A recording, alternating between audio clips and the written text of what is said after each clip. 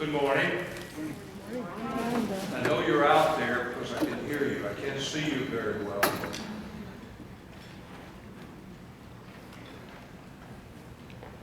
1965, some of you were around then. The Merrill Palmer Institute in Detroit, where I was teaching a clinical program at the time, hosted the American Association of Marriage and Family Therapy. A very interesting program. It had 3 different speakers. One of them, I forgot what he was talking about.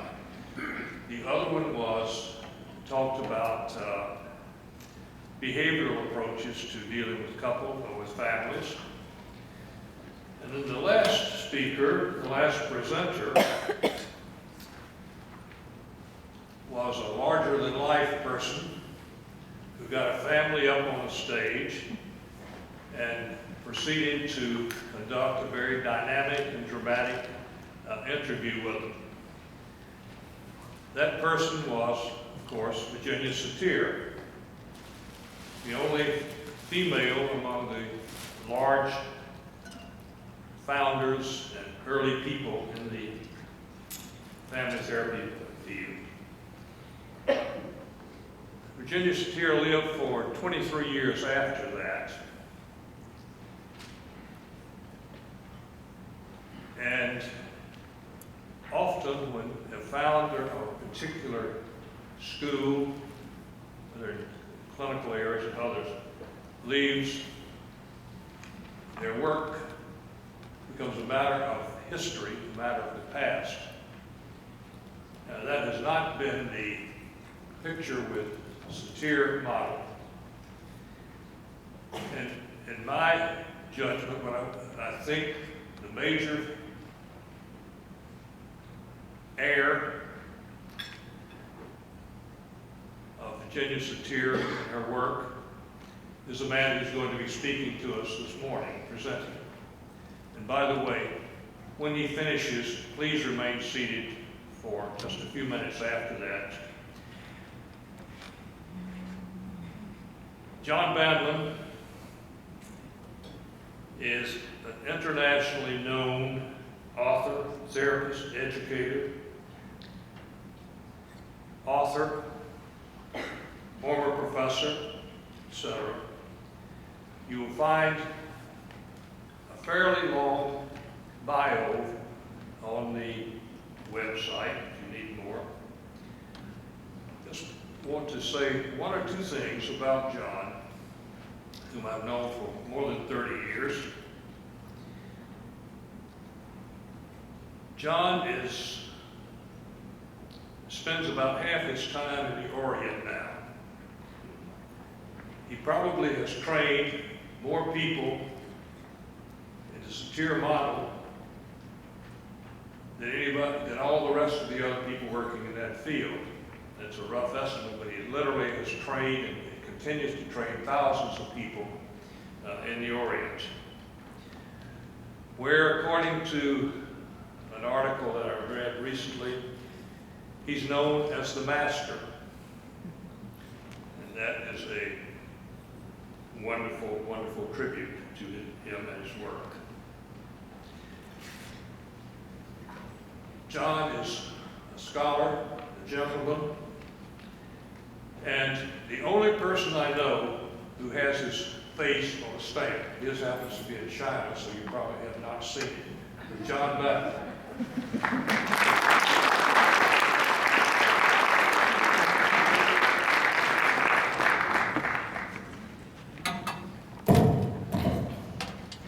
Good morning, welcome to Canada, my country. I was wondering what I would start telling you first. So even though Dr. Nichols says he knows me, I really like to introduce myself a little more, because that might give you a little picture of what this is all about. And if I make a lot of mistakes, then you will understand and maybe even forgive me. I mean, who knows how generous you are on Saturday morning about what I will be doing here today. I'm really only a farmer's son. I'm none of those great things that you're talking about.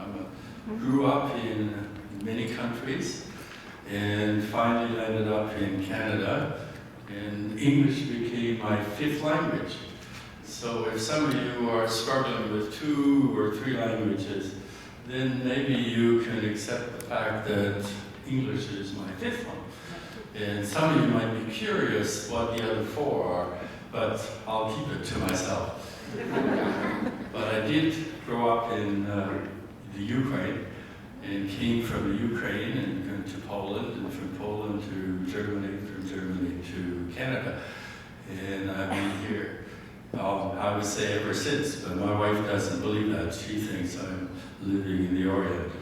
And if you look at me very closely, you probably can see that Oriental look in my face, because it seems like more and more, I'm more and more Chinese at this moment, even though we're working in 5 or 6 countries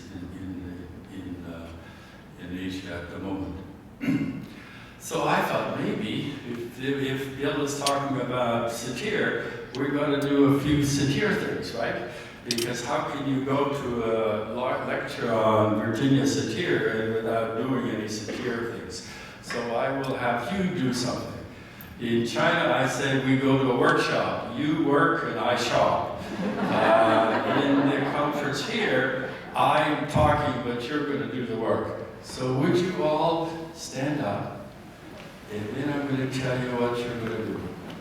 Okay, just relax. This is Saturday morning. Okay, you can go to church tomorrow. This is Saturday with Our Lady Virginia Satir. You are going to be asked to introduce. Remember, Satir made contact with a person, a primary essence of us relating to our clients.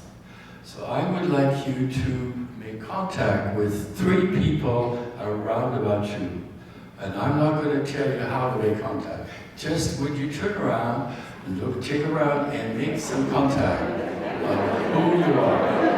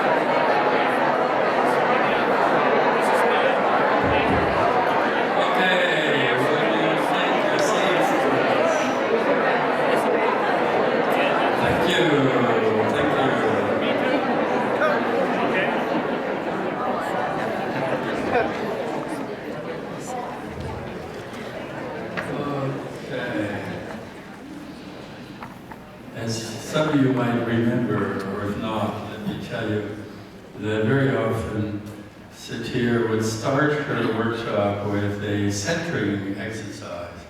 She called it meditation.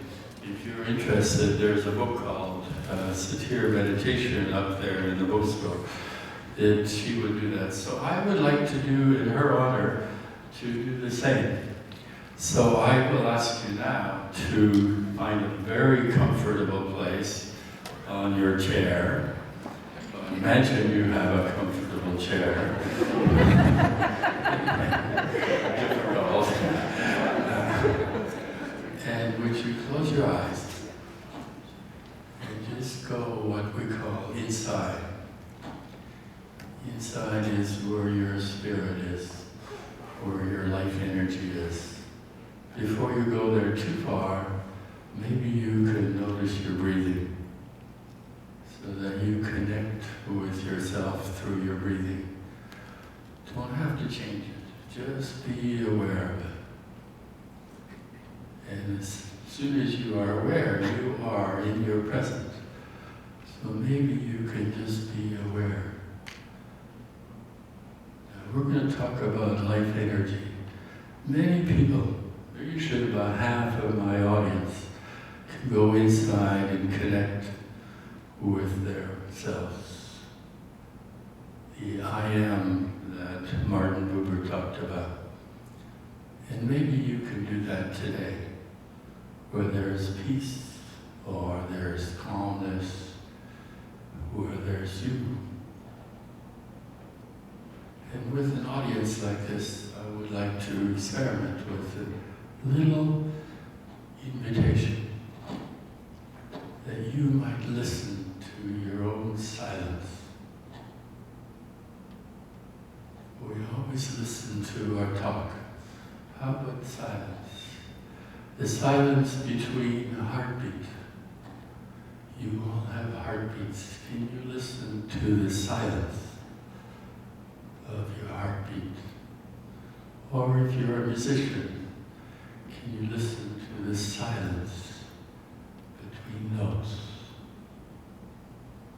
I'm inviting you to go inside and listen to your own silence. And even though I speak to you, maybe there's enough time for you to listen to that silence.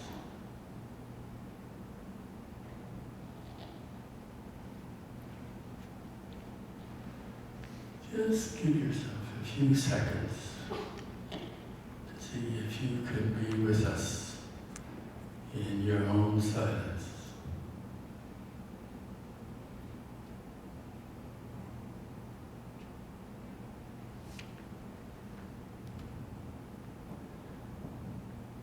And then I'd like to, with your eyes still closed, I would like you to reach out to your neighbor and see if you can make physical contact with your neighbor, so that we are forming a sense of energy. Just see if you can connect with somebody else during this moment that we call silence.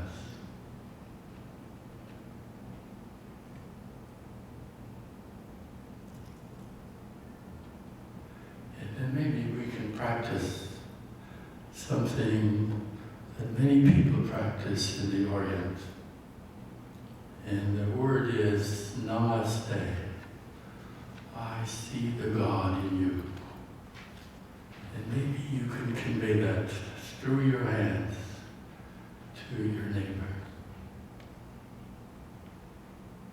Namaste. I see, I feel the God in you. And then when you're ready, just say goodbye to them and come back here with your eyes open. Thank you. Satir started as a teacher, and she, I think, was a teacher very early in her life. And then she went to graduate school and became a social worker at the University of Chicago. And then she started working with families. She was the only woman, as Dr. Nichols says, in that time. And very often she told us that because she was a social worker, because she was a woman, no one really cared about her. So she developed her system without being restricted by what others were doing, because basically no one cared. She was a woman, she was a social worker. And maybe that is a blessing for us, because she wasn't being able to stop. And if you know a little history of family therapy, her book, 1964, Conjuring Family Therapy, broke up a lot of rules of the day of seeing more than one person of a family at the same time. That was a taboo, and she risked it, and so did some others. So we have a little bit of appreciation for her in terms of doing that. When she went to, from there on, she went to MRI, who many of you probably heard about, Mental Research Institute in California, and she taught her first family therapy program. Before she died, she gave me a present. She gave me lots of presents, but one of the presents was a reel-to-reel tape of that first family therapy course. And so we have some history there that is probably very valuable for some of you historians. What I would like to do today is give you a little overview of what's been happening to this model. Because a lot of them say that this is old stuff, it's a touchy-feely stuff, we can't really relate to this.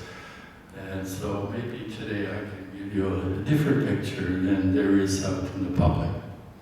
I also think, because Dr. Nichols asked me to tell you a little about what's happening in Asia, not just in China. I'm very excited about China, but there's lots of stuff going on in the rest of Asia that maybe you need to hear a little about. And I know we're very restricted in time. So let me just show us the first slide. See if we have it. First slide. If you look at it, I look at the Satire Model in 4 stages.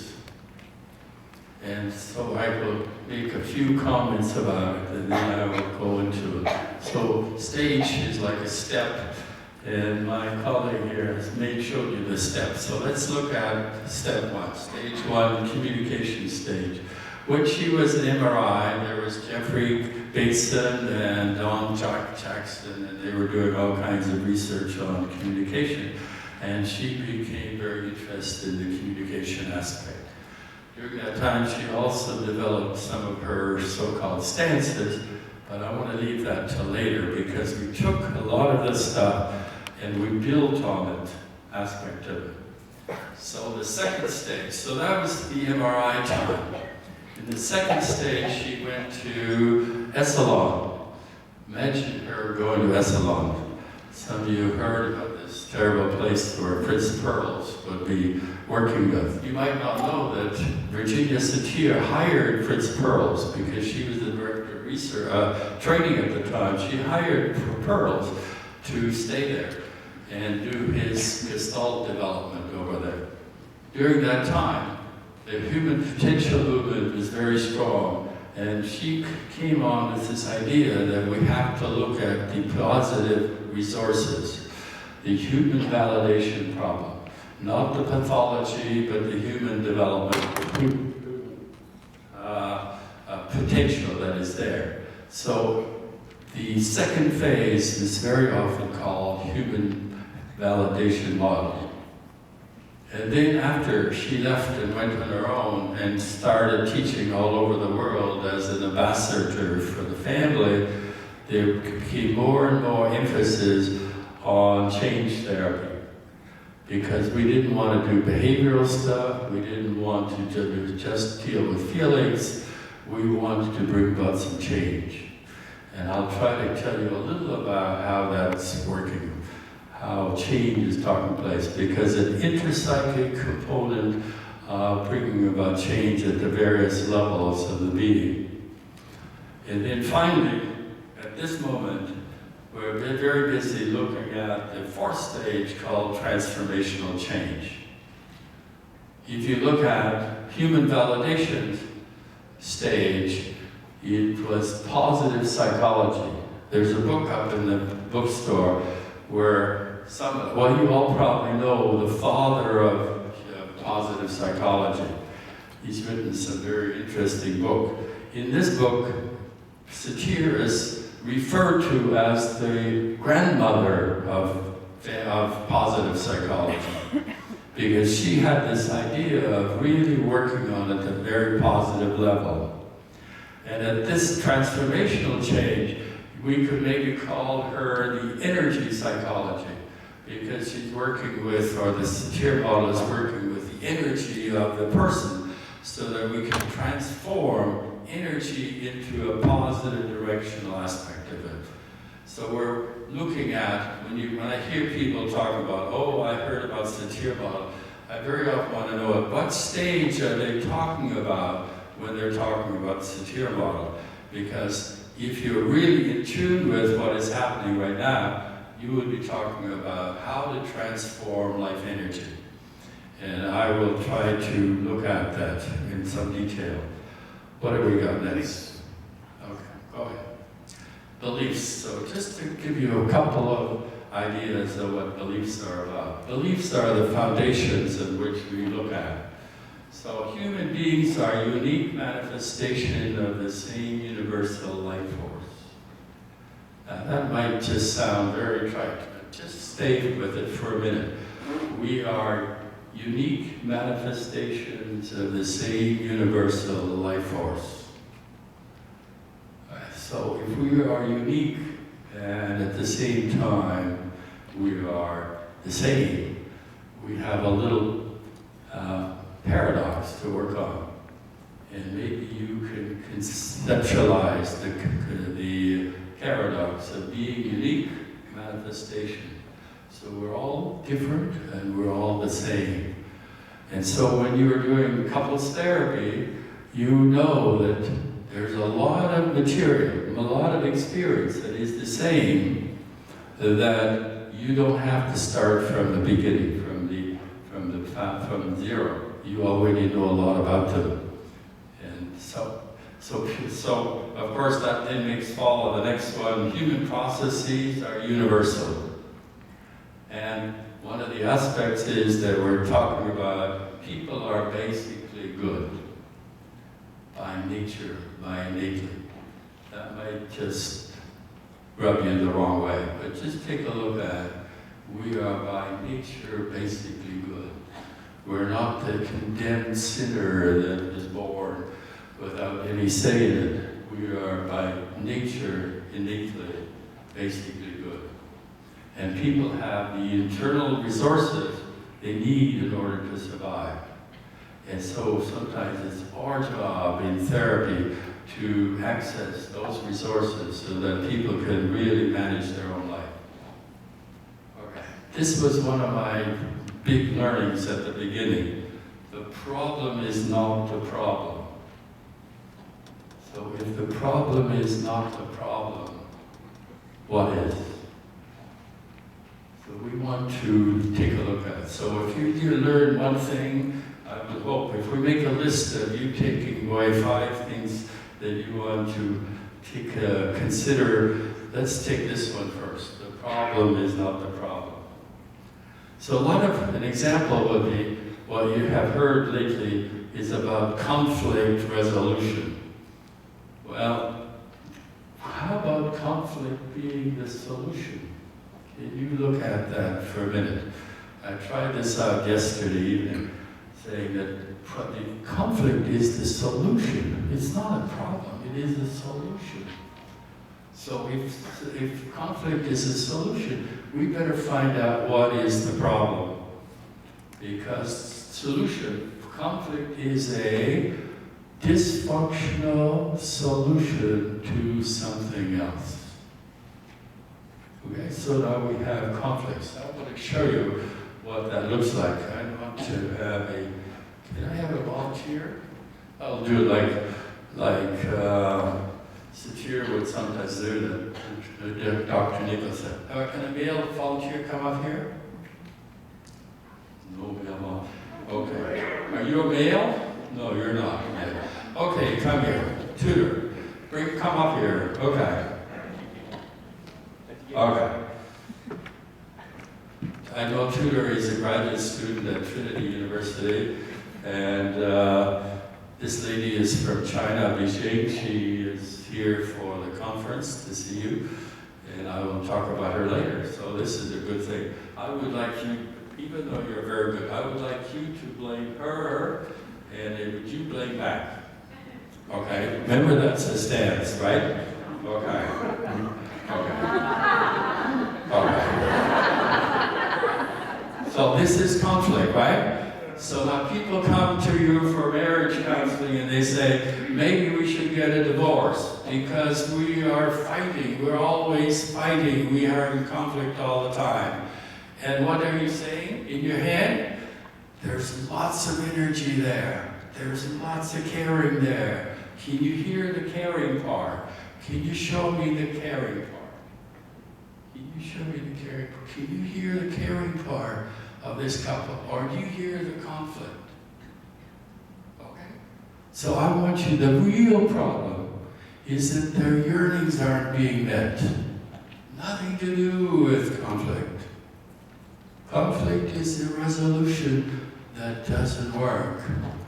And as long as you think of it as a negative aspect, we're in trouble. Because now I'm going to try to teach them not to be in conflict. Well, if they came to me, I would say, can you, tutor, can you get in touch with your journey? What is it you are yearning for? And Julia, what are you yearning for? And maybe I would even sculpt it like this. And then I